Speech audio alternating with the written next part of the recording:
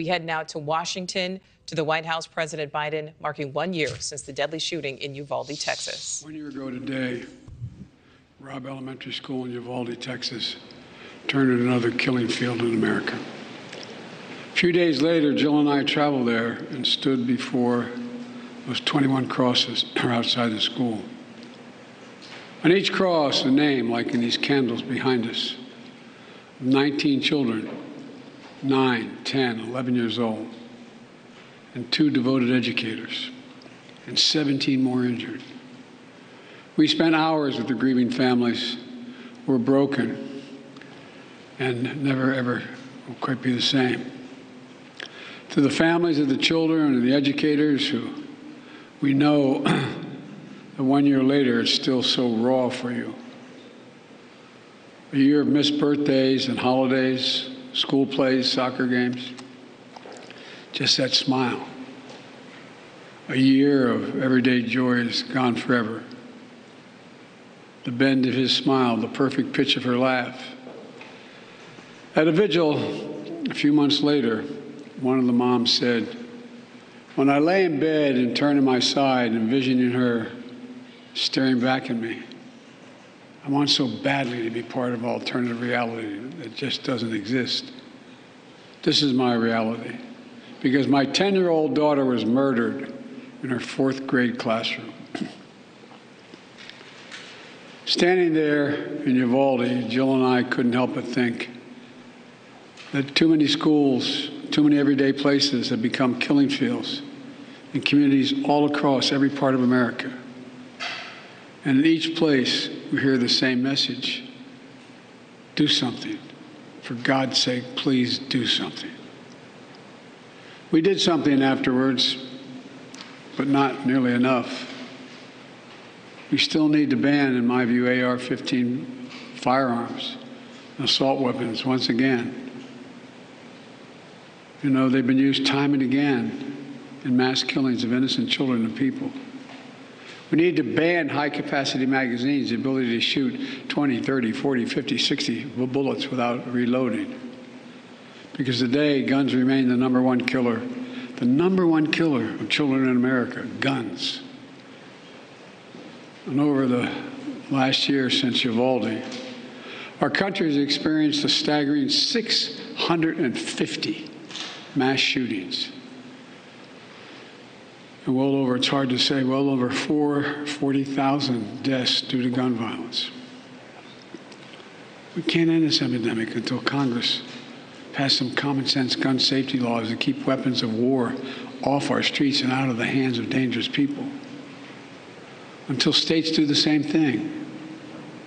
How many more parents will live their worst nightmare before we stand up to the gun lobby to establish universal background checks, establish national red flag laws, require safe storage of firearms, and end immunity from liability for gun manufacturers? The only major corporate entity that doesn't have that's immune to liability.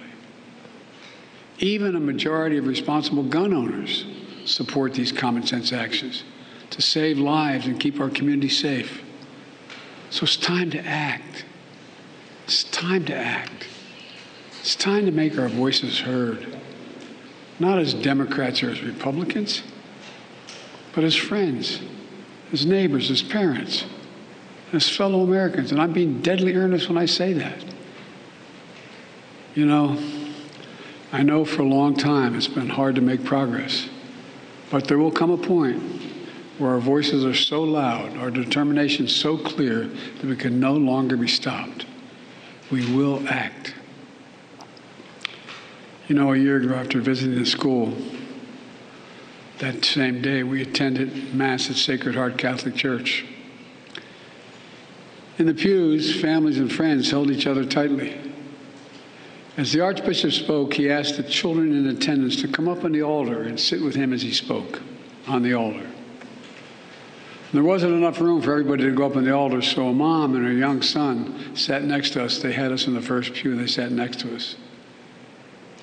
As we left the church, a grandmother who had just lost her granddaughter came up to us and quietly passed us a note, a handwritten letter. And here's what it read: erase the invisible line that is dividing our nation. Come up with a solution and fix what's broken and make the changes that are necessary to prevent this from ever happening again. My fellow Americans, you know, you almost feel the pain. For we've lost children. We have to do this to save our children, for the nation we love, to erase that invisible line. Jill and I stand here today, as earlier this morning we were talking about planning a memorial service this weekend, celebrating the anniversary of the death of our son, Bo. Well, guess what? While everyone's pain is different, we, like many of you, have some understanding what it's like to lose a child on more than one occasion.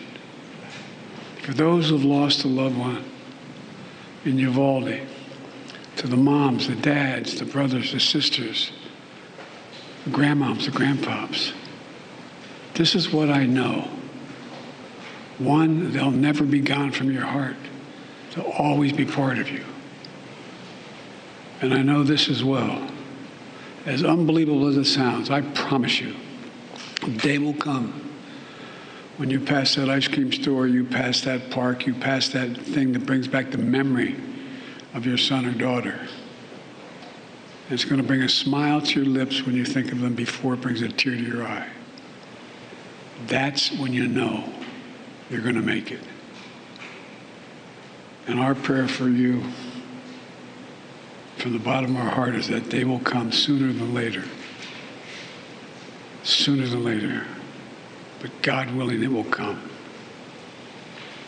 As I said, that's when you know you're going to make it. God bless those 21 blessed souls lost in this day in Uvalde. And may God bless their families. Thank you for watching. Go to newsnationnow.com to find News Nation on your television provider. And don't forget to click the red subscribe button below to get more of News Nation's fact-driven, unbiased coverage.